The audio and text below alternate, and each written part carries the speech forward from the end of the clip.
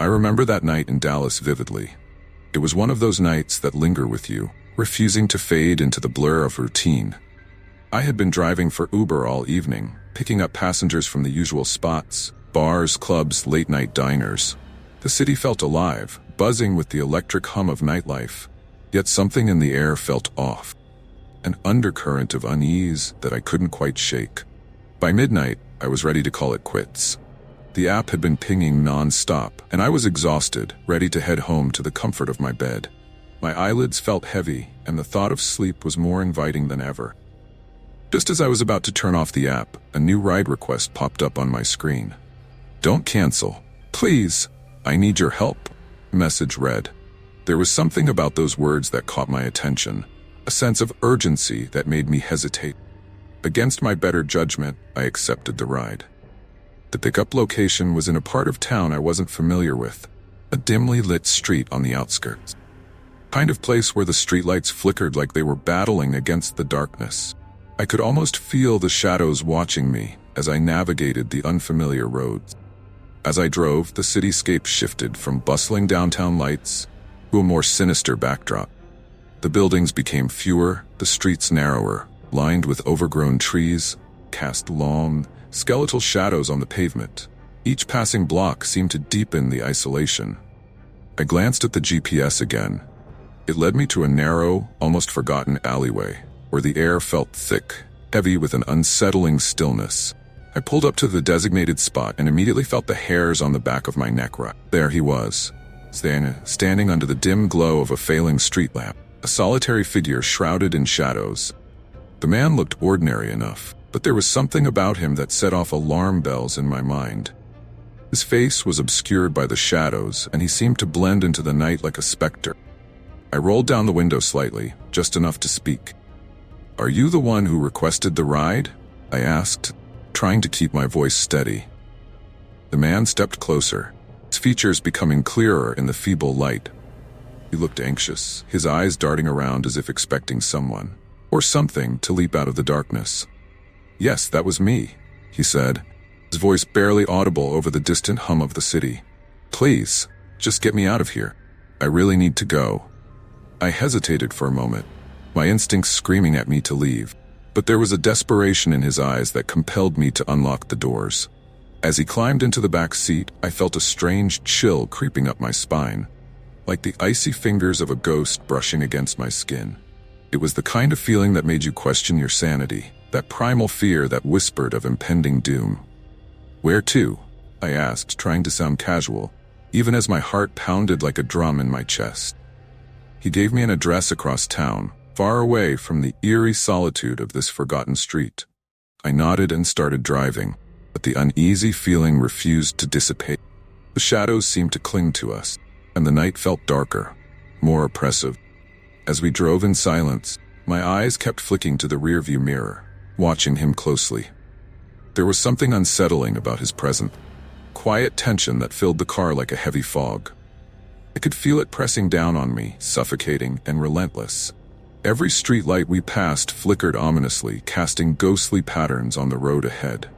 The silence between us was thick, almost tangible, broken only by the rhythmic thump of the tires against the asphalt. I tried to shake off the feeling, telling myself it was just my imagination running wild. But deep down, I knew something was wrong. The night felt wrong, like a sinister force lurking just beyond the edge of perception, waiting to pounce. And as I drove deeper into the heart of the night, I couldn't shake the feeling that I was being drawn into something far more terrifying than I could ever have imagined. The drive was unnervingly quiet, broken only by the soft hum of the engine and the occasional rustle from the man shifting in his seat. His eyes were fixed outside, peering into the night, as if searching for something that only he could see. The city lights receded behind us, placed by the oppressive darkness of the outskirts. As we moved further away from the familiarity of the bustling city, an unsettling sense of isolation crept in. The streetlights became scarcer, flickering as if they were battling against some unseen force. Shadows danced ominously at the edges of my vision, twisting into grotesque shapes that seemed to reach out toward us. I couldn't shake the feeling that we were being watched, that the night itself was alive, breathing and pulsating with a malevolent energy. My instincts screamed at me to turn back, to drive away from whatever lay ahead. Something kept me moving forward, drawn by a morbid curiosity and a sense of duty to see this through. The man's presence weighed heavily in the back seat, like a storm cloud ready to unleash its fury. I glanced at him through the rearview mirror, trying to read his expression, but his face remained obscured by shadows, a haunting silhouette against the dim light. Suddenly, his phone buzzed, breaking the oppressive silence. He fumbled with it, its movements tense and hurried, as if he were trying to hide something. I caught a glimpse of his screen in the mirror, but the words were a jumble, lost in the brief flash before he pocketed the device. "Is everything okay?" I asked, my voice barely above a whisper, as if speaking too loudly might shatter the fragile peace inside the car. "Yeah, just keep driving," he replied, a note of urgency creeping into his voice. There was something unsettling about his tone, a quiet desperation that made my skin prickle. I nodded, forcing myself to focus on the road ahead. The atmosphere inside the car grew heavier, laden with unspoken tension. Every instinct told me to be on guard, to stay alert for whatever might come next. As we drove further into the night, the surroundings became eerier. Abandoned buildings loomed like spectral sentinels, their windows dark and empty, watching us pass with silent judgment. The air felt colder, a chill that seeped into my bones and refused to let go. My mind raced with possibilities. Who was this man? Why did he choose such a desolate place for pickup? And why did he seem so on edge? The questions buzzed in my head like angry wasps, each one more persistent than the last. Without warning, he leaned forward, his face finally emerging from the shadows. His eyes were intense, burning with a fear that seemed to border on panic. "Listen," he said, his voice low and urgent. "I know this is going to sound crazy, but you have to trust me. Just keep driving. Whatever you do, don't stop." "What do you mean? What's going on?" I asked, the dread in my stomach twisting tighter. The cityscape faded into a distant memory as I drove further into the labyrinth of darkness. Every turn seemed to pull us deeper into a world where the rules of reality no longer applied. The streets twisted and turned like a living organism, predatory maze designed to confuse and disorient. The two men behind us had vanished into the night, but their presence lingered like a phantom, haunting my every thought. My mind raced, struggling to process what had just happened. Part of me wished to believe it was a nightmare, that I would wake up to the familiar sounds of my apartment, safe and sound. The truth was a relentless shadow that refused to fade. The man in the back seat leaned forward, breath hitching with the adrenaline that pulsed through his veins. His eyes darted to the rearview mirror, searching for any sign of our pursuers. "They're gone, Dad," my voice barely a whisper. "At least for now." Gaze met mine, a mixture of relief and terror swirling in his eyes. "Thank God. But we can't stop. Not yet." My heart continued to pound in my chest, each beat a reminder of how close we had come to disaster. The reality of the situation sank in, gravity of the danger pressing down like a physical weight. "Who were those guys?" I asked, trying to keep my voice steady. "And why were they after you?" He hesitated, glancing out the window as if expecting the shadows to leap out at any moment. The silence stretched between us, heavy with unspoken fears and secrets. Let's just say they're not the kind of people you want to mess with," he finally replied, his voice tinged with a bitterness that spoke of past encounters and unfinished business. "I got mixed up with them a while back. It was supposed to be a simple deal, quick and easy, but things went south." His words hung in the air, a haunting melody that resonated with the darkness outside. The more he spoke, the more I realized I was caught in a story far beyond the realm of normalcy, tale woven with threads of desperation and deceit. "What kind of deal?" Rest, my curiosity piqued by the danger that seemed to surround him like a shroud. He sighed, a weary sound that seemed to echo the weight of his regrets. "I was stupid, greedy even, thought I could make a quick buck.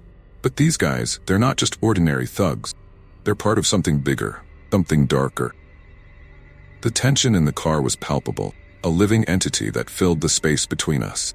I could sense the fear beneath his words, the realization that he had stumbled into a world where the shadows held power and the light was a distant memory. "Why did you involve me?" I asked, the question slipping out before I could stop myself. "Why drag me into your mess?" He met my gaze in the mirror, his eyes filled with a strange mixture of guilt and gratitude. "I didn't mean to. I didn't know who else to turn to. You were my last option, my only chance to get away." A part of me wanted to be angry, to blame him for the situation I found myself in. But the fear in his eyes was genuine, a raw and unfiltered glimpse into the depths of his despair. I realized that he was just as much a victim as I was, trapped in a web of danger and deceit that had ensnared us both. "What do we do now?" I asked, my voice steady despite the storm of emotions swirling within me. He hesitated, the silence stretching like a taut wire, ready to snap at any moment. "We need to get to a safe place, somewhere they can't find us." I nodded, determination settling in my chest like a burning coal.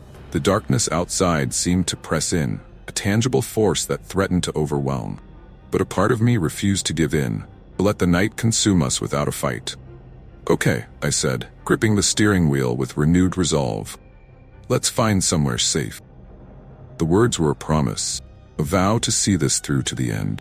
I didn't know what lay ahead, but I knew that I wouldn't let fear dictate my action. The night was dark and full of terrors, but I was determined to face them head-on. We drove in silence, the tension between us a constant companion. The road stretched out before us, an endless ribbon of darkness that seemed to pull us deeper into the unknown. The shadows clung to us like a second skin, whispering secrets of the past and promises of the future. I could feel the weight of his gaze on me, a silent plea for help and understanding. And in that moment, I realized that we were bound together by fate. Caught in a dance of survival would test the limits of our courage and resolve. The night was far from over, and the shadows held many secrets yet to be revealed. But as we drove into the heart of the unknown, I felt a strange sense of calm settle over me. The darkness was vast and intimidating, but I was no longer afraid. I was ready to face whatever lay ahead, armed with nothing but determination, and the knowledge that I was not alone. The path before us was uncertain, but I knew one thing for sure. I would do whatever it took to survive the night. As the road unfurled before us, I could feel the weight of the night bearing down, relentless pressure that seemed to squeeze every drop of courage from my bones. The shadows outside clung to the car like specters, whispering their dark secrets into the stillness. Every bump and crack in the road seemed amplified, each sound resonating with the eerie chorus of my own heartbeat. My passenger sat in the back, eyes darting to the windows, his breath coming in ragged bursts. He was a man on the edge, teetering between hope and despair, and I was the reluctant anchor in his storm-tossed sea. "Where should we go?"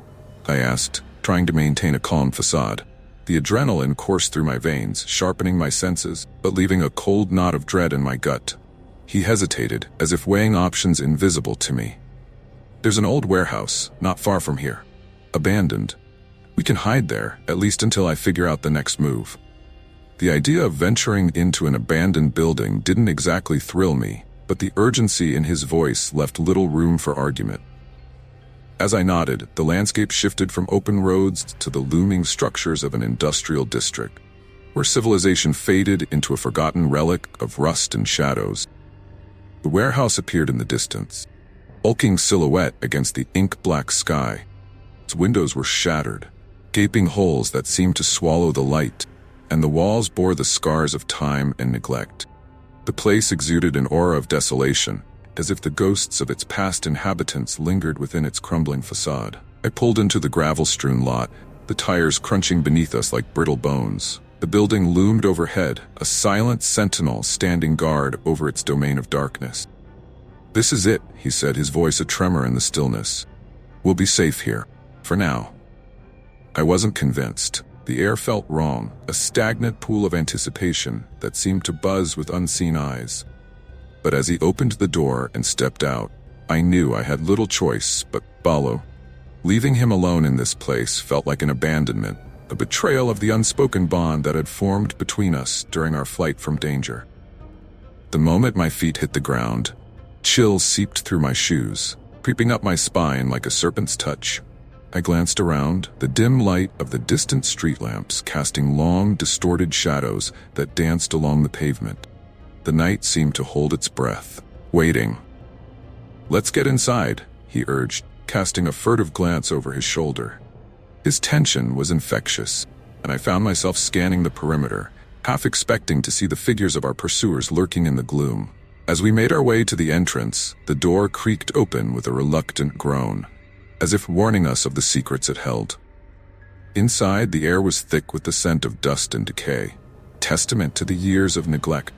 Our footsteps echoed ominously in the cavernous space, each step a reminder of our solitude in this forsaken place.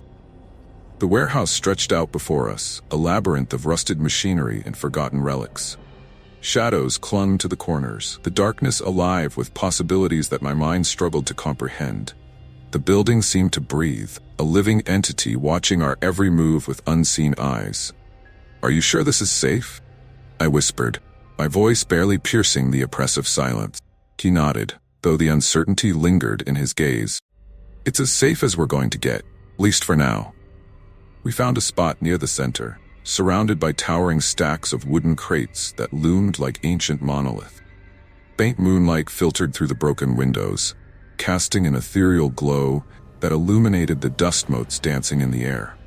He sank to the ground, his back against a cold metal support beam, and I followed suit, feeling the chill seep into my skin.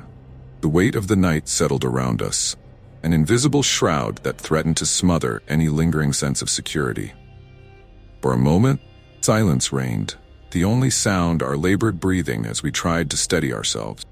But the peace was fragile, an illusion that shattered with the echo of a distant noise. Clatter, metallic and unmistakable, resonating through the vast emptiness of the warehouse.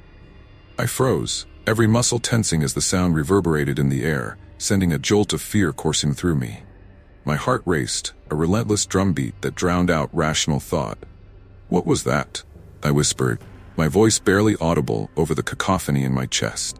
He was on his feet in an instant, eyes wide with a mixture of fear and resolve. "We're not alone," he breathed, his gaze scanning the shadows for any sign of movement. Panic gripped me, a visceral force that threatened to pull me under. My mind raced with possibilities, each more terrifying than the last. Had they found us? Were we cornered in this decaying fortress with no way out? As if in response to my silent questions, the darkness shifted. Figures emerged from the shadows, stepping into the dim light with predatory grace. 3 men, their faces obscured by the gloom, advanced toward us with an air of sinister intent. Cold wave of dread washed over me, chilling my blood and stealing the breath from my lungs. Realization that we were trapped, caught in the web of danger with no escape, settled over me like a death knell. "What do you want?" my passenger demanded, his voice steady despite the tremor of fear that lurked beneath. One of the men stepped forward, a chilling smile playing on his lips. His eyes were cold, devoid of empathy, predator savoring the thrill of the hunt. "You know what we want," he replied, his voice smooth and dripping with malice. "The game's over, my friend. I'm to pay up." My heart pounded in my chest, a frantic drumbeat that matched the adrenaline coursing through my veins. The tension in the air was palpable, a tangible force that crackled between us like electricity. The man in the back seat stood his ground, posture defiant despite the odds stacked against us. "I don't have it. Not yet. Just give me more time." The leader's smile widened, grotesque parody of amusement. "Time's a luxury you no longer have. You've made your choices, and now you must face the consequences." The words hung in the air, a chilling promise that sent a shiver down my spine. My instincts screamed at me to run, to escape the suffocating grip of danger that closed in around us. But the warehouse offered no sanctuary, no avenue of escape.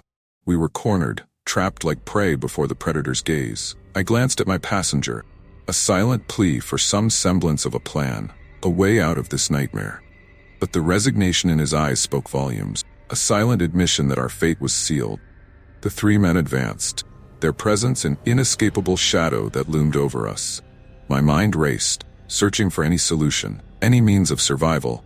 But as the darkness pressed in, the reality of our situation became starkly clear. We were alone in this forgotten place, trapped in the grip of a terror that defied reason. The night stretched on, an unyielding force that promised only despair. And as the confrontation reached its apex, I knew that whatever happened next would be the defining moment, point where fate would decide our ultimate fate.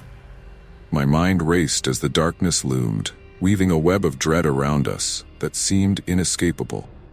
The three men moved with the confidence of predators who had cornered their prey, their eyes gleaming with malice and certainty. Each step they took resonated through the empty warehouse like a death knell, signaling the final act in a nightmare I never anticipated. The leader of the trio, his face partially obscured by the shadows, stepped closer, cruel smile tugging at his lips. He seemed to relish the fear that radiated from us, feeding off it like a twisted parasite. "You know, we never thought you'd run," he said, his voice smooth yet laced with menace. "But it doesn't matter now. There's nowhere left for you to hide." My passenger, the man who had dragged me into this tangled web of danger, stood beside me with a defiance that seemed to mask the sheer terror in his eyes.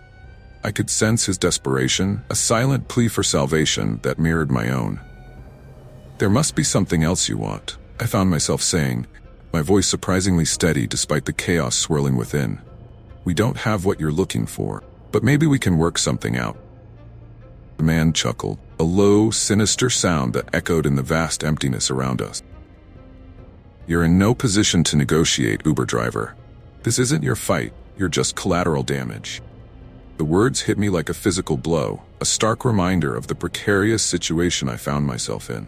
I was trapped in a nightmare, not of my own making, puppet in a play orchestrated by forces I couldn't comprehend, and the realization that I was nothing more than a pawn in their twisted game filled me with a mixture of anger and fear. "What do you want?" my passenger demanded again, his voice edged with a desperation that belied the courage he tried to project. "We can figure this out." The leader's smile widened, predatory glint in his eyes. "What we want," he drawled, "is simple, the money. You know the deal, and you know what happens if you don't pay." As if on cue, the two men flanking him took a step forward, their presence an imposing wall of menace. The tension in the air was palpable, a suffocating force that threatened to crush any hope of escape. My mind raced, searching for any avenue of survival, any means to defuse the situation before it spiraled beyond control. But as I stood there, staring into the abyss of their malevolence, I realized the grim truth. We were caught in a trap, no clear way out. And then, as if fate had finally decided to intervene, a sound shattered the oppressive silence. A sound that cut through the tension like a blade through darkness. The wail of distant sirens echoed in the night. Beacon of hope pierced the veil of despair. The men froze, their expressions shifting from certainty to surprise, and for a moment, the balance of power wavered. The sirens grew louder, crescendo of salvation that promised deliverance from the nightmare. "Cops," one of the men muttered, his voice tinged with disbelief. "How the hell?" The leader's eyes narrowed, his facade of control slipping as he glanced toward the entrance. Promise of imminent arrival hung in the air like a lifeline, a chance to escape the clutches of the shadows that had ensnared us. "This isn't over," the leader growled, his gaze shifting to my passenger with a promise of vengeance that chilled my very soul. "You got lucky tonight, but we'll find you, and next time, there won't be any escape." With a final, menacing glare, the trio retreated into the shadows, their figures dissolving into the night as the sirens drew ever closer. Air crackled with the tension of their departure, the oppressive weight of danger lifting but not entirely dissipate. For a moment I stood there, heart pounding in my chest, the realization of our narrow escape settling over me like a wave. My passenger exhaled a shaky breath, relief mingling with the residual fear that lingered like a specter. "We need to get out of here," he said, his voice a whisper of urgency that mirrored the pounding of my own heart. Nodding, I turned and made my way toward the entrance, the looming threat of the night still a constant presence at my back. The sirens were close now, a symphony of salvation that promised safety beyond the shadows. As we stepped into the open air, the moon hung high above, casting a silver sheen over the world that seemed almost unreal in its stark beauty. The night felt different now, the darkness less oppressive. The promise of dawn lingered on the horizon. "We were lucky," I murmured, the weight of the ordeal pressing heavily on my shoulders. Too close. He nodded, his expression a mixture of gratitude and lingering fear. I owe you. For everything. The words were simple, yet they carried a weight that transcended the superficial exchange of gratitude. We had survived the night, weathered the storm of shadows that threatened to consume us, emerged on the other side. As we made our way back to the car, the sirens converged upon the warehouse. Fleet of law enforcement vehicles casting beams of light that cut through the night like swords of justice. The danger had receded, the shadows driven back by the promise of safety, the power of the law. Yet as we drove away, the reality of what had transpired lingered in my mind, haunting reminder of the thin line between normalcy and chaos. How easily one could be drawn into the web of darkness. I knew the events of this night would stay with me, etched into my memory like a scar that refused to fade. The shadows had left their mark, a testament to the horrors that lurked just beyond the edges of the known world. But as the cityscape emerged once more, bathed in the soft glow of streetlights, felt a sense of closure settle over me. The night was behind us, darkness retreating as the first light of dawn crept across the sky. The road stretched out before us, promise of new beginnings and the comfort of normalcy. And though the specters of the night would linger in my thoughts, I knew that I had emerged stronger, a survivor of the shadows that sought to claim us. As we drove toward the horizon, the echoes of the night faded into the distance, leaving behind a story that would forever remind me of the fragility of safety and the resilience of the human spirit.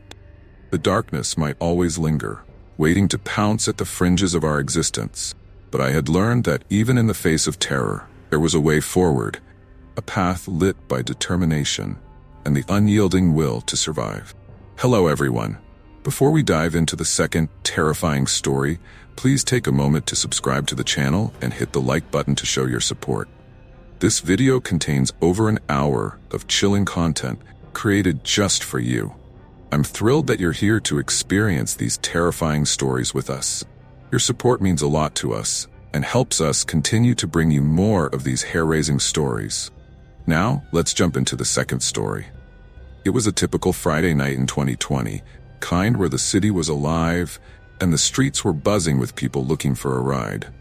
Driving for Uber had become a routine for me, a way to make some extra cash while meeting all sorts of characters. Most nights were uneventful, just people going from A to B. But this night was different. This night still haunts me. The evening had started like any other. I had a few pickups downtown, nothing special, and then I got a notification for another ride. The pickup point was at the edge of the city, a bit out of the ordinary, not entirely unusual. As I accepted the ride, the GPS chirped to life, guiding me through the maze of city streets. For some reason, as soon as I tapped accept, an uneasy feeling washed over me. Couldn't quite put my finger on why, but something just felt off. I shook it off as paranoia and continued driving, letting the voice of the GPS fill the silence of the car. Turn left in 300 meters, the mechanical voice instructed, pulling me out of my thoughts. I followed obediently, feeling the weight of an invisible presence pressing down on me. The streets were getting darker, the kind of dark where streetlights are sparse and buildings are silent shadows against the night sky. It was a part of the city I rarely ventured into, a forgotten corner where time seemed to slow and bend. My phone buzzed with a message from the passenger. "I'll be waiting outside. Don't keep me waiting." The message was short and unsettling, and I felt a shiver creep down my spine. It was just a pickup, I told myself. Nothing to worry about. But my heart wouldn't stop its erratic pounding. As I drove deeper into this desolate part of town, the roads became narrower, and the buildings seemed to huddle together, closing in around me. The air felt thicker, almost suffocating, as if the night itself was watching me. I glanced at the GPS, and it suddenly recalibrated, the blue route line twisting and changing direction. "Turn right onto Whitaker Lane," the voice commanded. But Whitaker Lane wasn't a street, it was an alley. A dark, foreboding passage squeezed between two towering warehouses. I hesitated, slowing to a crawl as I approached the entrance. My instincts screamed at me to turn back, to find another way, but the GPS insisted, its blue line unwavering. I took a deep breath and turned the wheel, the car's headlights cutting through the thick shadows as I entered the alley. The air was colder here, the walls lined with graffiti that seemed to leer at me as I passed. My heart was thundering now, a relentless drum in my chest, echoing the growing tension in the pit of my stomach. The alley stretched on, longer than it should have, leading me deeper into this concrete labyrinth. It felt like I was driving into a trap. Turning around wasn't an option. The walls were too close, and the path ahead was the only way through. Recalculating, the GPS announced suddenly, the voice distorted, almost mocking. It was then that I realized I had lost all signal. The screen showed nothing but static, and the uneasy feeling morphed into a tight knot of dread. I was on my own now, with no map to guide me, in a place I didn't recognize. I continued forward, car's tires crunching on broken glass that littered the ground. The windows were up, but I felt eyes on me, a tingling sensation creeping up my neck like a predator's gaze. I glanced in the rearview mirror, half expecting to see someone or something in the back seat. There was nothing, just the empty darkness staring back at me. Then, without warning, the alley opened up into a wide, deserted lot. A place that shouldn't exist in the heart of the city. It was eerily silent, kind of silence that screams at you to listen.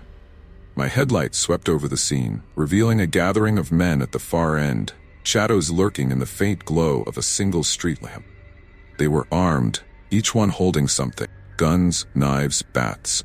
My pulse spiked, fear gripping me like a vice as I realized I had stumbled into a den of danger, an unwelcome visitor in their world. The air was thick with tension, like the moment before a storm unleashes its fury. I knew I had to get out, but my mind was racing, and my hands were frozen on the wheel. I felt trapped in my own vehicle, surrounded by the very darkness I had unwittingly driven into. My mind screamed at me to reverse, to escape the nightmare I had found myself in. But my body refused to cooperate, paralyzed by the sheer terror of the moment. And then one of the men stepped forward, eyes locked onto mine, a slow, deliberate smile spreading across his face.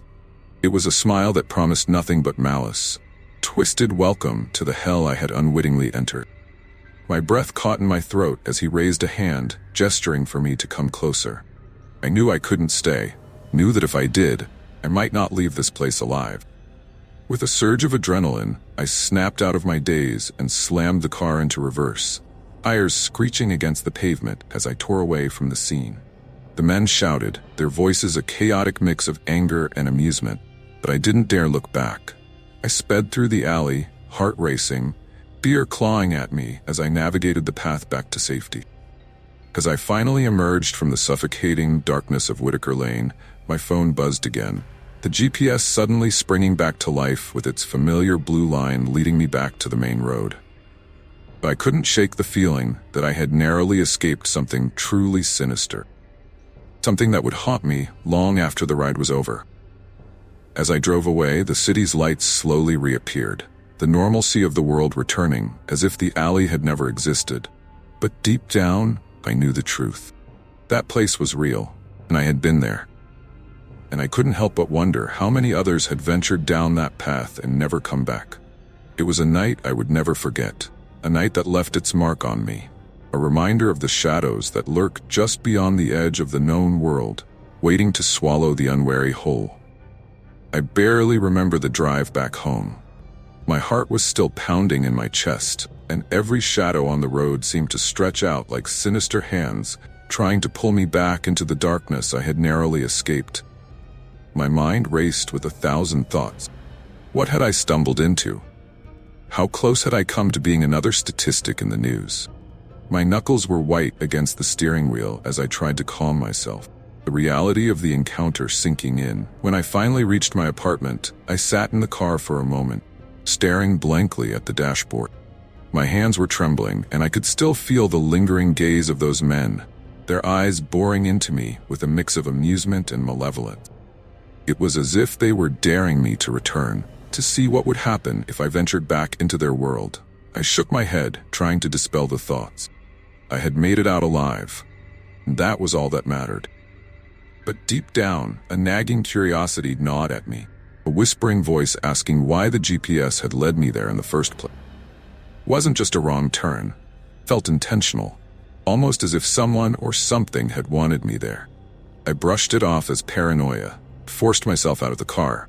As I made my way inside, I could still feel the cold sweat clinging to my skin. The comforting glow of the streetlights seemed to offer little solace against the shadows that lingered in the corners of my mind.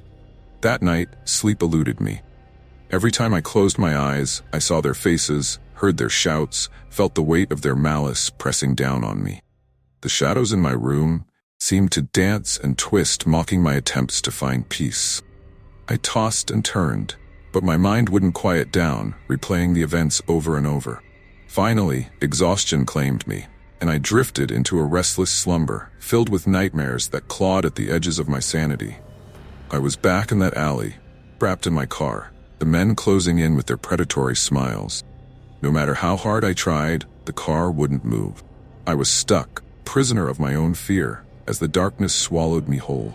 I woke up the next morning, drenched in sweat, my heart pounding as if it were trying to escape my chest. The sun had risen, casting a pale light across my room, but it did little to dispel the unease that had settled in my bones. I glanced at my phone, hesitating for a moment before opening the Uber app. The last ride was still there, mocking me with its innocuous label, just another fare, another blip on the map. But I knew better. I couldn't just ignore what had happened. There was a part of me that needed answers, needed to understand why I had been led to that place. Was it just a glitch in the system, a random coincidence, or was there something more sinister at play? The rational part of my mind urged me to forget about it, to move on and let the memory fade. But curiosity and fear are powerful motivators, and they drove me to dig deeper. I spent the next few days obsessively researching, combing through forums and message boards for any mention of Whitaker Lane or similar experiences. I was desperate to find someone, anyone, could explain what had happened. I needed to know that I wasn't alone, that others had faced the same terror and survived.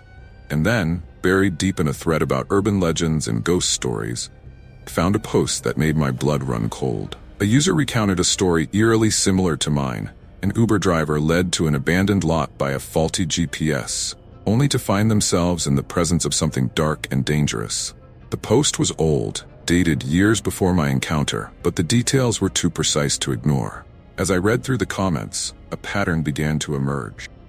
Others had experienced the same thing, drawn into the shadows by a mysterious force that seemed to delight in trapping unwary souls. Some had escaped, like me, but others weren't so lucky. The realization hit me like a punch to the gut. This wasn't just a one-off occurrence. It was a game, a twisted plaything for whatever lurked in the darkness, and I had unwittingly become a part of it.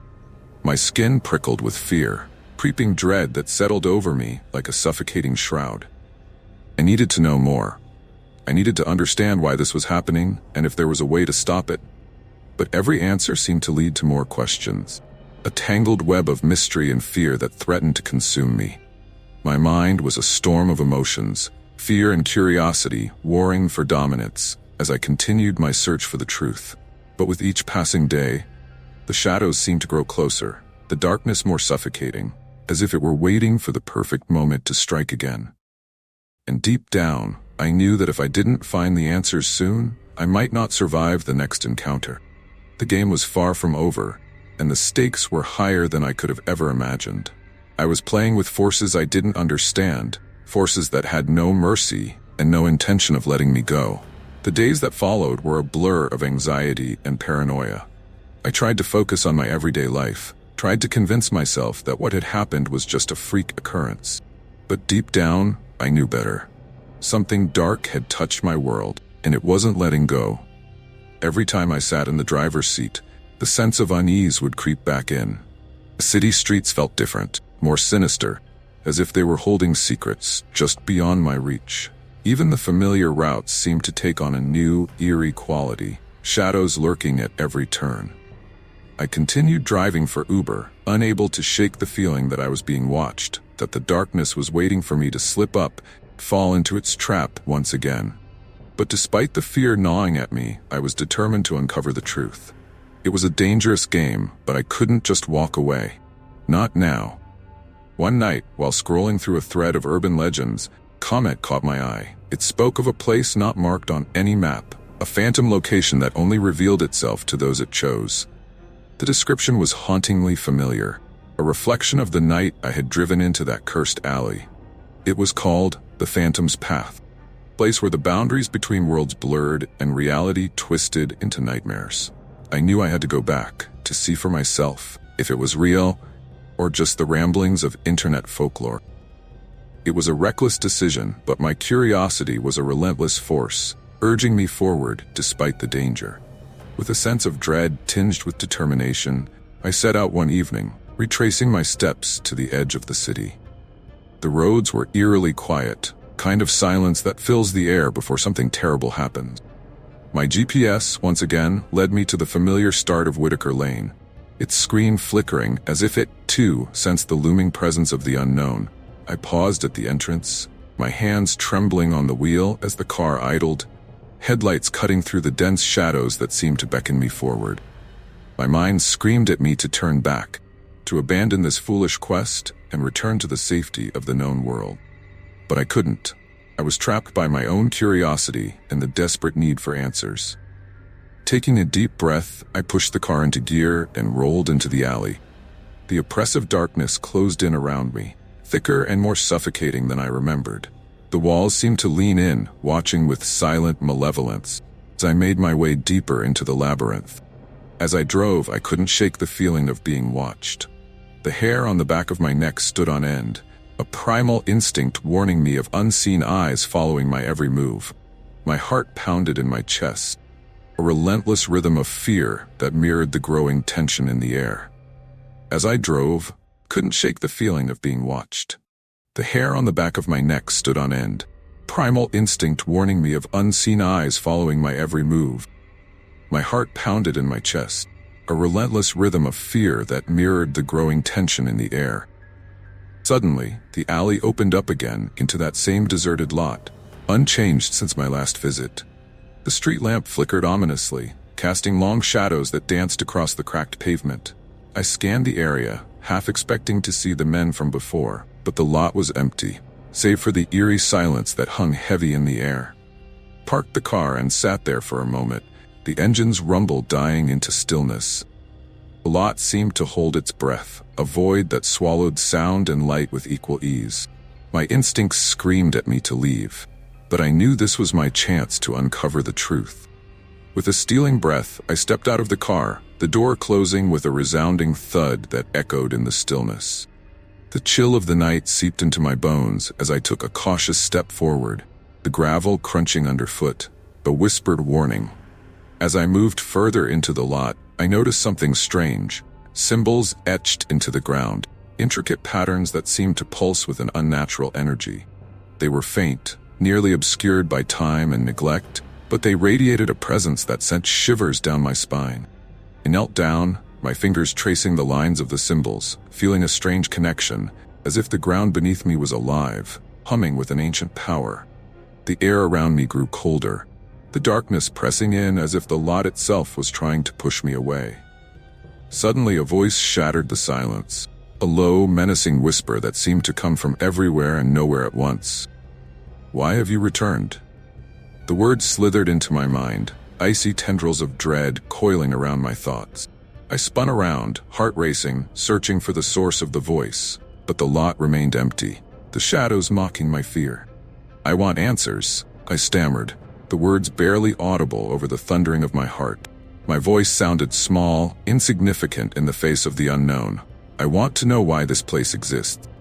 A low chuckle reverberated through the air, a sound devoid of warmth or humor. It was a sound that promised nothing but torment, a reminder of the power this place held over those who dared to challenge its secret. "The truth is not for you," voice hissed, dripping with malice. "You are a pawn, plaything in a game beyond your comprehension."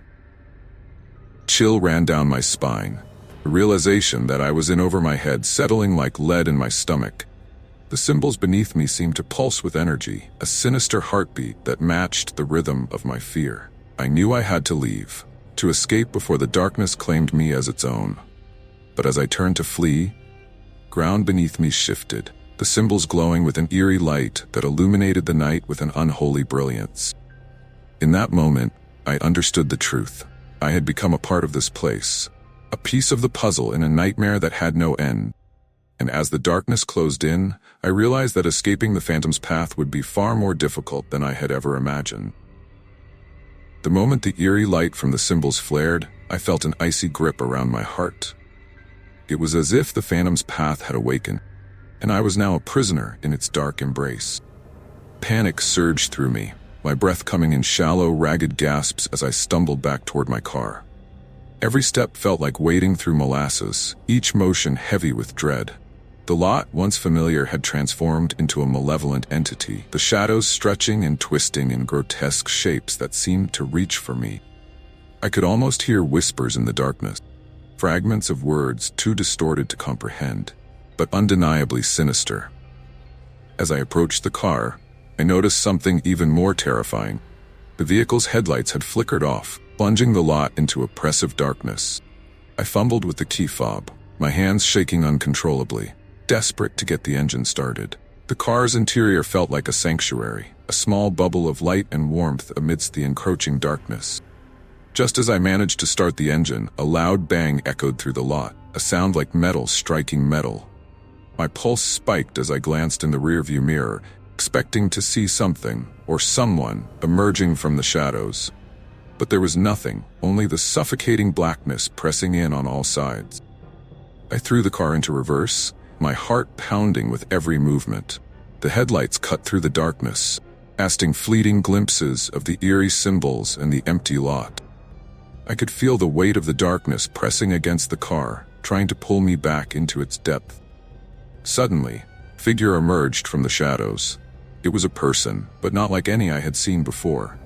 Cloaked in tattered garments, their face was hidden in the darkness, but I could feel their gaze, cold, malevolent stare that seemed to pierce right through me. I slammed the car into drive and accelerated, tires screeching as I sped away from the lot. Figure remained behind, a silent witness to my desperate escape.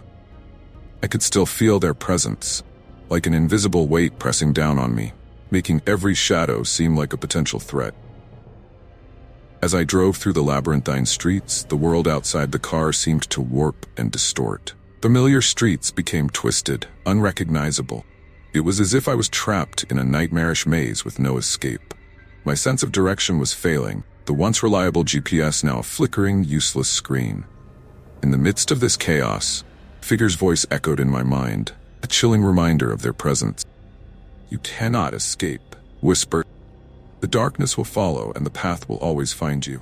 Desperation fueled my actions as I swerved through the streets, trying to shake off the feeling of being hunted.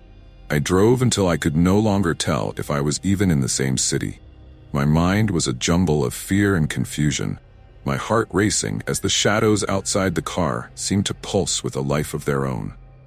Eventually, I found myself on a deserted road, city's lights a distant memory. Quiet was unsettling, the absence of familiar sounds amplifying my sense of isolation.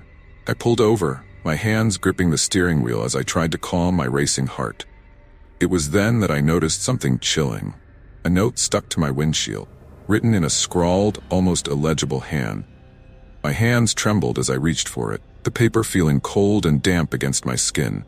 Unfolding it, I read the message. "Your journey is far from over. The Phantom's path is always watching.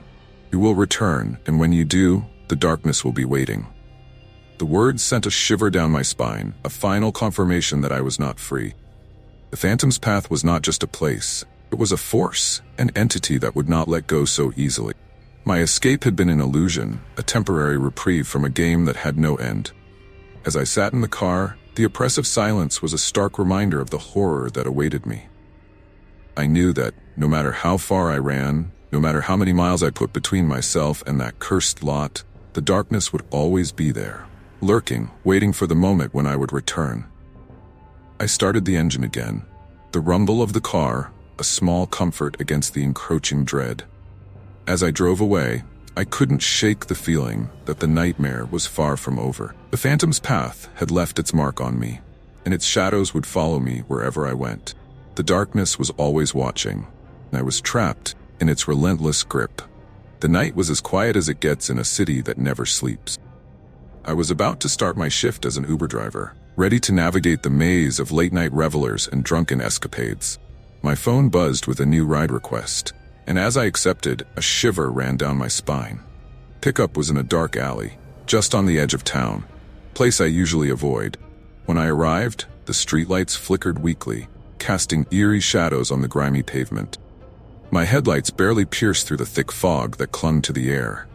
A figure emerged from the shadows. A man, tall and gaunt, his face obscured by the hood of his coat. He moved slowly, almost gliding, and my pulse quickened. "Good evening," I said, trying to sound more confident than I felt. The man's response was a guttural grunt, and he slid into the back seat with unnerving silence. I couldn't see his face clearly, but I could feel his presence like a weight in the car.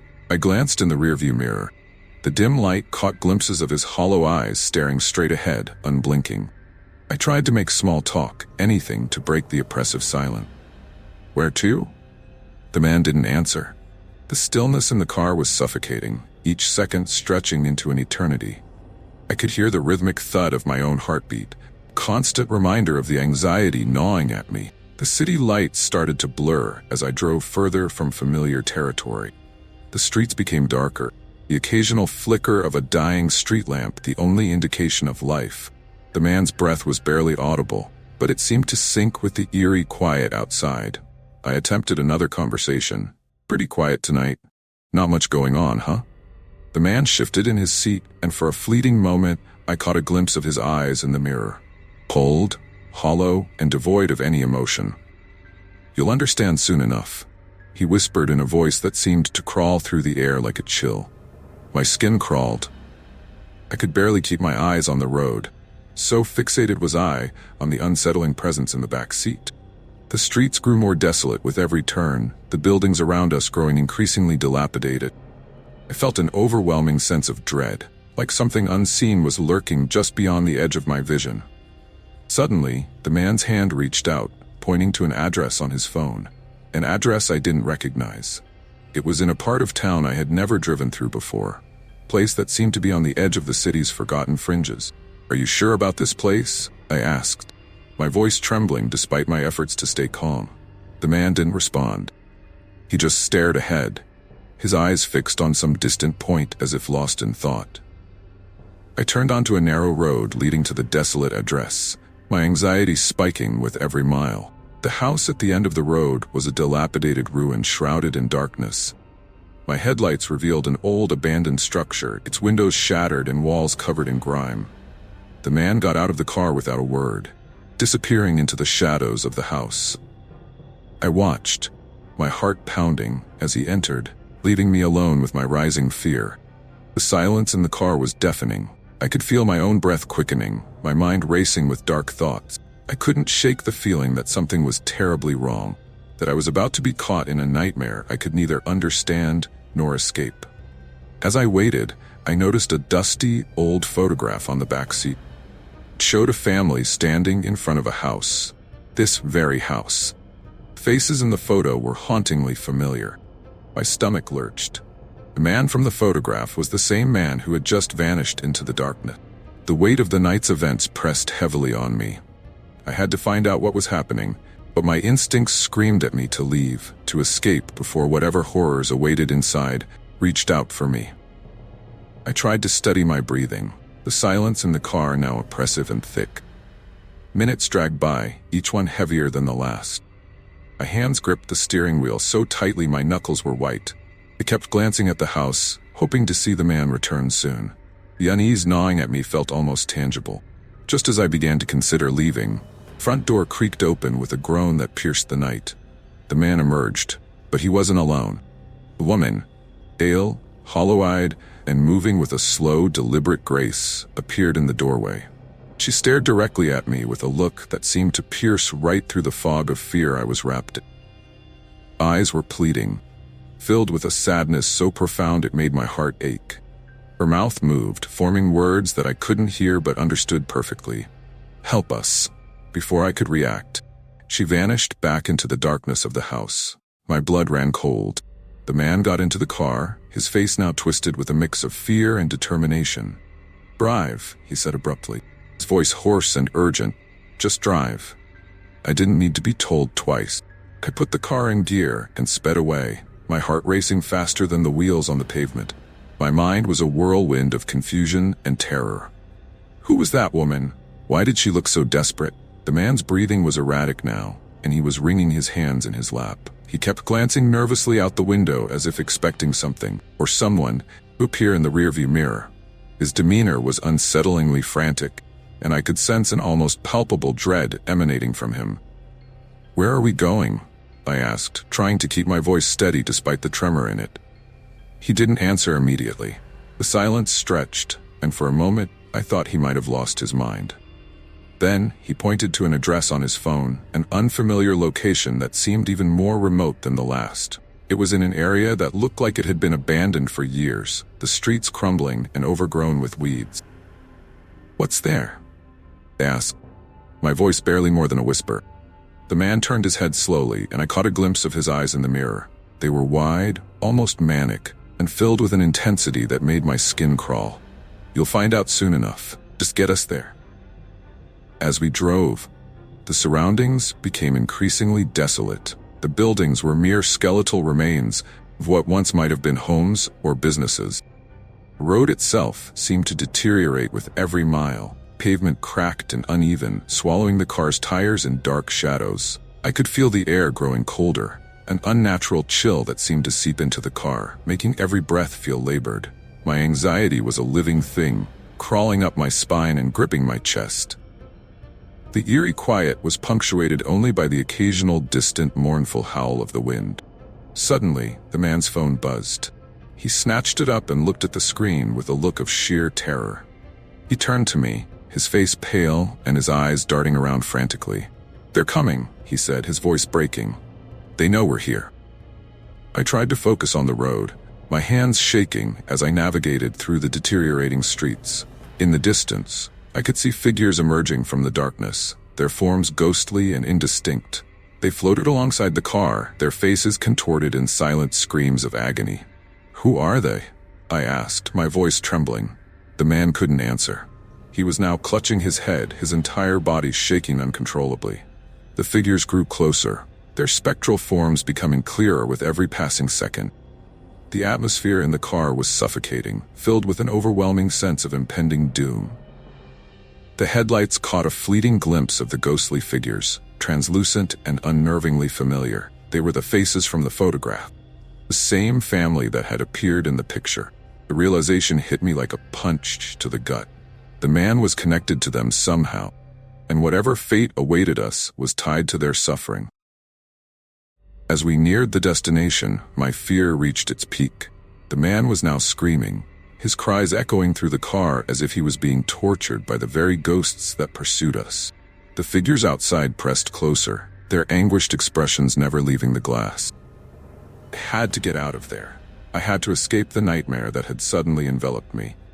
But as I raced toward the unknown, I knew that the horrors of the night were far from over.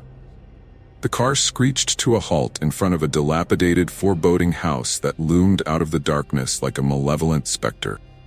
My headlights barely illuminated the cracked and overgrown driveway, and the house itself seemed to breathe with an unsettling life of its own. The man's phone buzzed again, and he let out a ragged breath as he looked at the screen with eyes wide and desperate. "Stay here," he ordered, voice trembling. "I need to go inside. Don't follow me." I nodded mutely, my heart pounding in my chest as I watched him stumble out of the car. He hurried toward the house, his movements frantic and unsteady, disappearing into the shadowed interior. The door creaked ominously as he pushed it open, and a cold gust of wind seemed to follow him in, sending shivers down my spine. I was alone now, trapped in the car with the eerie silence pressing in on me. I tried to calm myself, focusing on the faint sounds of the wind rustling through the trees and the distant, haunting howl of a lone dog.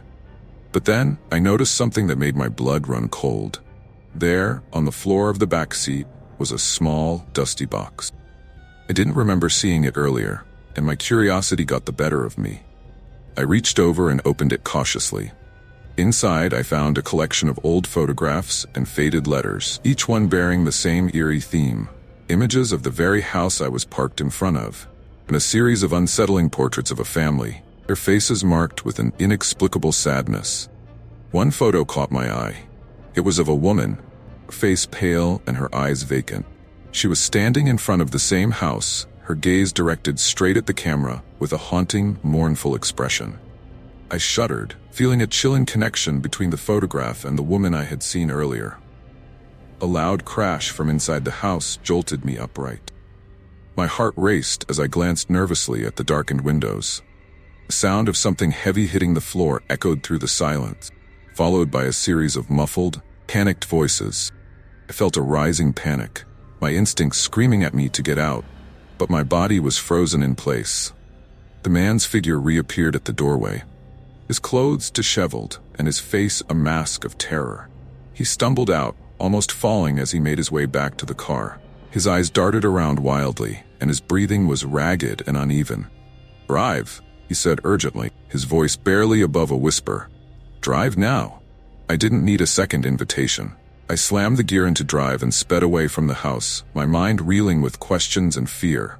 The headlights cut through the darkness, but the eerie figures from before seemed to reappear, floating alongside the car with their haunting expressions and mournful cries. As I drove, I noticed the man was clutching something tightly in his hands, a small, ornate key. He kept glancing at it with a mixture of dread and determination. "I had to get it," he said, his voice trembling. "It's the only way to stop them." "Stop who?" I asked, my voice barely a whisper, my fear mixing with confusion. The man shook his head, his gaze fixed on the key. "They're trapped, the family. They need this to be set free." Suddenly, the car jolted violently, as if we had hit something unseen. I looked around frantically, but the road was empty. The spectral figures were now surrounding us, their ghostly hands reaching toward the car, their faces twisted in silent agony. The air grew colder, and an oppressive weight seemed to press down on us. The man's sobs were barely audible over the cacophony of ghostly wails that filled the car. His eyes were locked on the key, his face a mask of desperate resolve. "I have to return it," he said, "before it's too late." I felt a surge of terror as the figures grew closer, their anguished faces now visible through the car windows. I could see their mouths moving, but no sound came through, only the chilling breeze that seemed to grow colder with each passing second. The man's eyes were wide with fear, his face pale as he stared at the approaching figures. "They're coming for us," he said. "We have to finish this." The sense of impending doom was overwhelming. I had no idea what was happening or what we were up against, but I knew one thing for certain. We were caught in a nightmare from which there seemed to be no escape. The car was enveloped in a suffocating darkness as I drove faster, my breath coming in ragged gasps. The spectral figures outside pressed closer, their ghostly hands leaving frosted streaks on the windows. The man's desperate cries filled the car, merging with the wailing of the apparitions. I felt an almost palpable terror clawing at me, a primal fear that told me we were not just dealing with spirits, but something far more malevolent. "Where do we go?" I shouted over the cacophony, my voice barely cutting through the eerie noise. The man, his face a portrait of anguish, turned to me with wild eyes. "There's a place, a chapel. It's the only place where this can be undone. I have to return the key." I barely heard him, but his desperation made it clear that we needed to find this chapel, or whatever it was, before it was too late. My hands shook as I navigated through the dark, desolate streets, chilling presence of the ghosts growing more intense with each passing moment. The man was clutching the key tightly, his knuckles white. "It's the only way to free them. Family, they're trapped because of me. I made a deal, and now their souls are bound to this place." A sudden jolt rocked the car, and I nearly lost control. The road was now a treacherous maze of crumbling pavement and twisted wreckage. I could barely see anything ahead, fog thickening as if it were alive, trying to suffocate us. The ghosts were closing in, their wails now a deafening roar. I could see their faces clearly through the windows, distorted, agonized, and filled with a terror that mirrored our own. They seemed to be trying to claw their way into the car, their ghostly hands pressing against the glass. "There!" the man shouted, pointing to a distant, flickering light through the fog. "That's it. That's the chapel." With a burst of renewed hope, I sped toward the light, my heart pounding like a drum. The chapel emerged from the mist like a ghostly sentinel, its ancient walls worn and weathered, its windows dark and empty. It looked like something out of a nightmare, standing alone in the darkness like a relic of forgotten times. I skidded to a stop in front of the chapel, and the man scrambled out of the car, clutching the key. He raced toward the heavy wooden doors, which were covered in strange, faded symbols. I followed, my fear now a burning intensity that drove me forward. The man slammed the key into a lock hidden among the symbols. As he turned it, a deep, resonant click echoed through the night. The doors creaked open slowly, revealing an interior cloaked in shadows. Faint, eerie light emanated from inside, casting long, distorted shapes on the walls. I followed the man inside, my eyes adjusting to the dim light. The air was thick with the scent of old incense and mildew. The man approached an altar at the far end of the room, placing the key on it with trembling hand. The symbols around the altar began to glow faintly, the light growing stronger with each passing second. The ghosts who had followed us now filled the chapel, their mournful wails reaching a fever pitch. The man fell to his knees, his face etched with relief and anguish. "I'm sorry. I'm so sorry." As the key touched the altar, a blinding flash of light erupted, filling the room with a searing brilliance. I shielded my eyes, the intensity almost unbearable. When the light faded, the ghosts were gone, their wails replaced by an eerie, oppressive silence. The man lay collapsed on the floor, his body limp. I approached him cautiously, my heart pounding. His eyes were closed, a peaceful expression settling over his face. It was as if the burden he had carried had finally been lifted. I staggered out of the chapel, the weight of the night's events heavy on my shoulders. The sky was beginning to lighten, first hints of dawn breaking through the darkness. The air was still cold, but the oppressive feeling that had haunted me was gone. I drove back to the city, my mind a chaotic whirl of fear and disbelief. I never learned the full story of what had happened, but I knew one thing for certain. I had been a part of something far beyond my understanding. Something that had left a permanent mark on my soul. To this day, I can't shake the feeling of those ghostly hands pressing against the car windows, or the mournful wails that filled the night. And every time I see an old photograph or hear a story of the supernatural, I'm reminded of that night and the chilling revelation that sometimes the past is never truly gone. It just waits for the right moment to come back and haunt us. I'd been driving for hours, navigating the quiet, shadowy streets of this forgotten part of town. It was a shift like any other, until the notification buzzed on my phone. Request came through. I frowned at the screen. Pickup location was at the edge of town, near that old mansion no one ever dared to go near. The place had been abandoned for years, the windows shattered and the yard overrun with weeds. I could barely make out the address in the dim glow of my dashboard lights.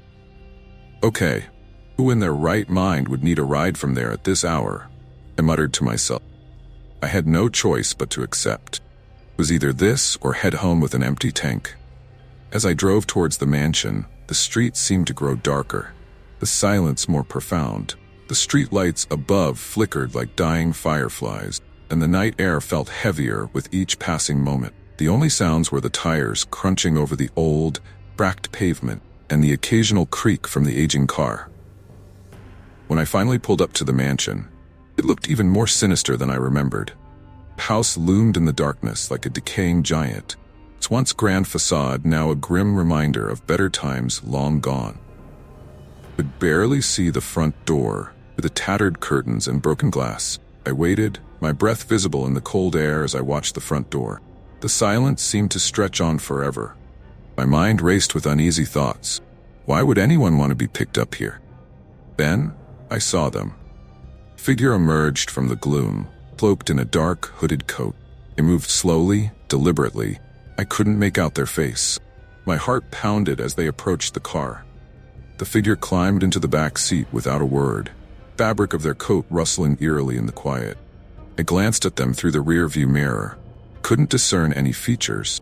There was something unsettling about the way they remained completely still, not even shifting to get comfortable. "Evening," I said, trying to break the ice. "You're not going to tell me where we're headed?" Figure's voice was barely a whisper. Just drive. There was a note of urgency, or maybe something darker, in their voice. Could feel the hairs on the back of my neck standing on end. I started driving, the night closing in around us, mansion disappearing from view as I entered the maze of streets beyond. Eerie silence in the car was almost unbearable. Could hear the faint sound of my own breathing and the soft hum of the engine. Nothing else. Passenger didn't move. Didn't make a sound. I tried to focus on the road, but the sense of dread creeping through the car was palpable. The streets grew more desolate, the darkness seeming to press in on us from all sides. My gut told me something was terribly wrong, but I couldn't turn back now. Not with this unnerving passenger in the back seat, their presence a chilling shadow in the dim light of the car. What was waiting for me at the end of this ride? And more importantly, who was this passenger? And why did they choose this haunting, forsaken place as their pickup point? The darkness outside seemed to swallow everything, and the only thing I could hear was the faint, rhythmic thumping of my own heartbeat, growing louder with every mile I drove. I drove on, eerie quiet of the car thickening with every mile. My eyes were locked on the road, but I could feel the weight of the passenger's presence in the back seat, like a heavy, suffocating fog. As I glanced in the rearview mirror, the hooded figure was still as a statue, their face obscured by the shadow of their hood. Every so often, I thought I saw something shift. Glimmer of an eye or a subtle movement, but it was too fleeting to be certain. My nerves were on edge, each creak of the car's old frame amplified in the tense silence. After a few miles, the darkness seemed to deepen. I passed a few abandoned buildings and run-down shops, their broken windows staring at me like hollow eyes. The GPS on my dashboard flickered, struggling to keep up with our location in the growing gloom. "Where exactly are we headed?" I asked, trying to keep my voice steady. "I'm having trouble with the GPS. Do you have another address?" The figure didn't move. There was only the faint sound of their breathing, a slow, measured rhythm that seemed out of sync with the rest of the world. I tried again, my voice betraying the tension I felt. "I really need some guidance here. Are you sure this is the right direction?" Passenger's voice, when it came, was a harsh whisper that seemed to scrape against the silence. "Just drive." A chill ran down my spine. There was something about the way they spoke that felt unnatural, as if their voice was coming from somewhere far away, echoing through an endless void. I gripped the steering wheel tighter, trying to shake off the unsettling feeling gnawing at me. As we continued, I could hear faint, almost imperceptible noises coming from the back seat. Scratching sounds like fingernails dragging across fabric. Every so often I caught a glimpse of something moving in the mirror. My pulse quickened. "What's that noise?" I asked, trying to keep my tone casual despite the panic bubbling just below the surface. "Is everything all right back there?" Figure didn't respond. Instead, I saw a glimmer of something sharp and metallic reflecting in the dim light from the streetlight. Couldn't tell what it was, but the sight made my skin crawl. Car's headlights illuminated the desolate landscape outside, casting eerie shadows that danced on the walls of the surrounding buildings. Every now and then, I caught a glimpse of a figure darting between the trees, or a fleeting shadow crossing the road. When I looked again, there was nothing there. My mind was playing tricks on me, told myself. The isolation was getting to me. Suddenly, the passengers' breathing became more erratic. I could hear the rustling of their coat, as if they were shifting nervously. The tension in the car was almost unbearable. "Are you sure this is the right way?" I asked again, my voice cracking slightly. "We've been driving for a while now." The response was a sudden, sharp intake of breath, followed by an urgent, almost frantic whisper. "Keep going. Don't stop." I felt a surge of panic. Something was terribly wrong. The silence that followed was deafening. The only sound, the low hum of the engine and the occasional creak of the car's suspension. My thoughts raced as I tried to keep the car on the road, my hands slick with sweat. I couldn't shake the feeling that we were being watched, that there was something lurking just beyond the reach of the headlights. My heart pounded in my chest, each beat echoing in the oppressive silence. Then, out of nowhere, the GPS died. The screen went blank, leaving us in a void of darkness with no clear direction. My stomach twisted in knots as I tried to keep calm. "What the hell?" I muttered, trying to restart the GPS. Come on, come on."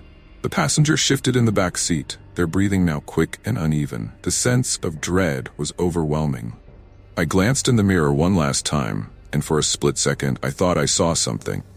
A fleeting, sinister smile. My gut told me we were heading into something far worse than I could imagine, and the darkness around us seemed to close in with each passing second. The road ahead was nothing but a black void, the headlights barely penetrating the thickening darkness. My nerves were frayed, and every sound seemed amplified. Crickets chirping too loudly, the rustle of leaves like whispers in the night. Tried to focus on the road. The GPS was still unresponsive. My mind raced, trying to figure out where to go. Then, just as I was about to make a turn, a sign appeared out of nowhere. It was old and weathered, the words barely visible. I couldn't make out the direction, but I had no choice but to follow it. Anything was better than driving aimlessly. As soon as I took the turn, the road changed drastically. The pavement gave way to a rough, uneven trail, and the surroundings grew even more ominous. Trees seemed to lean in closer, their twisted branches clawing at the sky. My headlights barely illuminated the path, and the darkness pressed in on all sides. "Are you sure this is right?" I asked, my voice trembling. The only answer was the passenger's strained breathing, now fast and erratic. The path narrowed, and I could barely fit the car through. The trees were so close that their branches scraped against the sides of the car, creating a constant, eerie scratching sound. I glanced in the rearview mirror, but the passenger's hood was still obscuring their face, their silhouette just a dark shape against the back seat. I could feel the car trembling as I drove over the uneven ground. My heart raced, each bump in the road making me wince. My palms were sweaty, and I fought to keep the car steady. The sense of dread was overwhelming, a knot of fear tightening in my chest. "Can you at least tell me where we're going?" I tried once more, my voice barely above a whisper. "This road doesn't seem right." Passenger's response was a low, guttural whisper that sent chills down my spine. "Keep going, don't stop." A surge of panic gripped me, but I pressed on, trying to stay calm. The trees seemed to close in even tighter, their shadows casting grotesque shapes on the ground. I could hear the sound of something heavy moving through the underbrush, but every time I looked, there was nothing there. It was as if the darkness itself was alive, watching us. Then, without warning, the car hit a deep rut. The impact jolted us, and I heard a loud thud from the back seat. I glanced in the mirror, and for a brief moment, I saw the passenger's hood fall back, revealing a pale, expressionless face with hollow eyes. The sight was so jarring that I nearly lost control of the car. "What the hell?" I muttered, trying to regain my composure. I looked back at the road, my hands gripping the wheel with white-knuckled intensity. The path ahead seemed to fork into two directions. My instincts screamed at me to turn around, but the feeling of being pursued was too strong. I took the right fork, hoping it would lead us out of this nightmare. The air grew colder, and the trees seemed to whisper and groan as we passed. The headlights flickered erratically, adding to the already overwhelming sense of dread. I could hear the sound of something following us, footsteps, or perhaps something worse. Just as I began to feel a glimmer of hope, the car's engine sputtered and began to stall. The lights dimmed, and the car slowed to a crawl. I tried to restart the engine, but it was no use. We were stuck. Panic surged through me as I looked around, the darkness pressing in from all sides. The passengers shifted again, and this time I could hear their breathing growing louder, more frantic. I felt an icy chill run down my spine, and I knew we had to get out of there. I tried the engine once more, but it only coughed and died. My heart was pounding in my chest as I heard the sound of something moving closer, footsteps growing louder. I looked in the mirror again, and this time I saw something in the darkness behind us. Something dark and shapeless, moving with an unnatural speed. Desperation clawed at me as I grabbed my phone, trying to call for help. The signal was dead, the screen displaying only a "no service" message. I was completely cut off, trapped in this nightmare with no way out. Passengers' breathing was now a harsh, frantic rasp. I turned to look at them, but they had slumped forward, their hood concealing their face once more.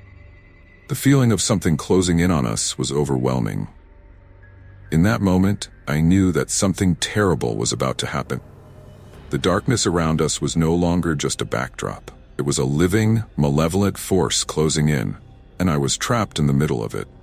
The last thing I saw before everything went completely black was the glint of something sharp in the darkness, reflecting the weak light of the dying headlights. The fear was unbearable, and I braced myself for whatever was coming next, knowing that my nightmare was only just beginning. The car was completely still now, the engine dead and the headlights casting weak, trembling beams into the all-encompassing darkness. The oppressive silence was punctuated only by the sound of my own panicked breaths and the growing rustling outside. I glanced at the passenger in the rearview mirror. Their hood was still down, hiding their face. My heart raced as I heard the soft, rhythmic scratching against the car's metal, a sound like nails on a chalkboard.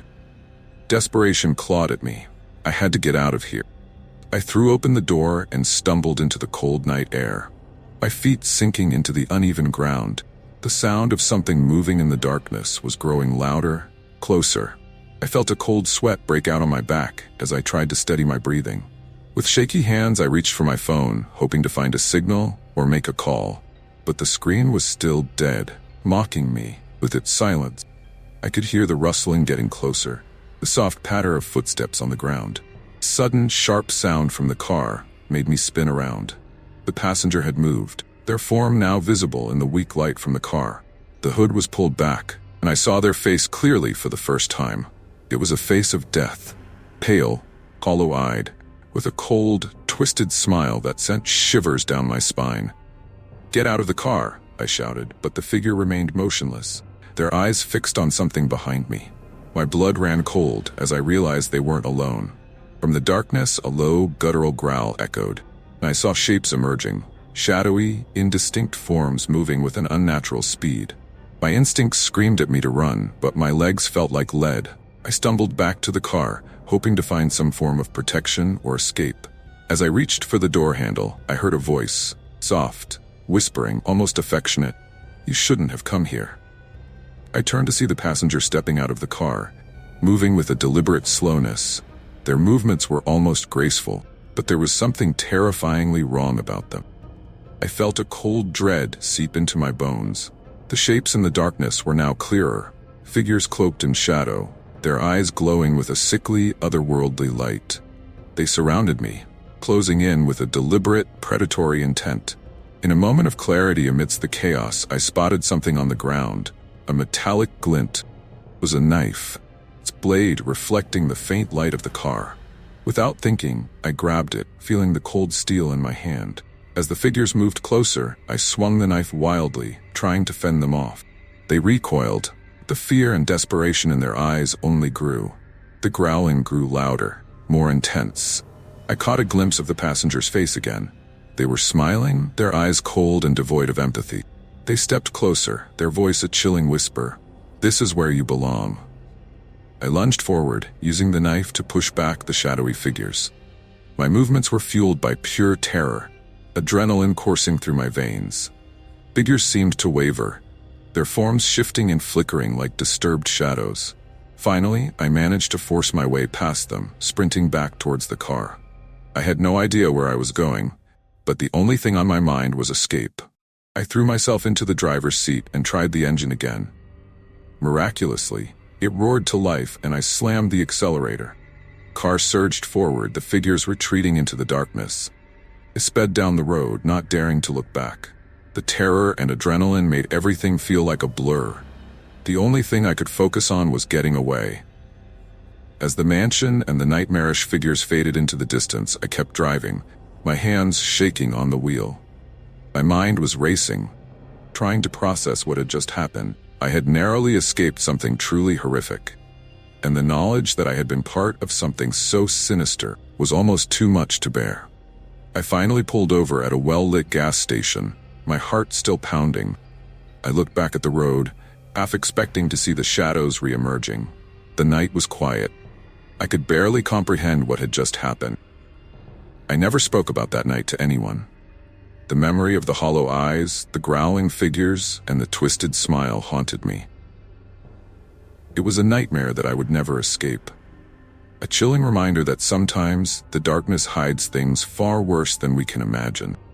And every time I drive through the night, I can't shake the feeling that something is watching me from the shadows, waiting for the moment to pull me back into that abyss of terror.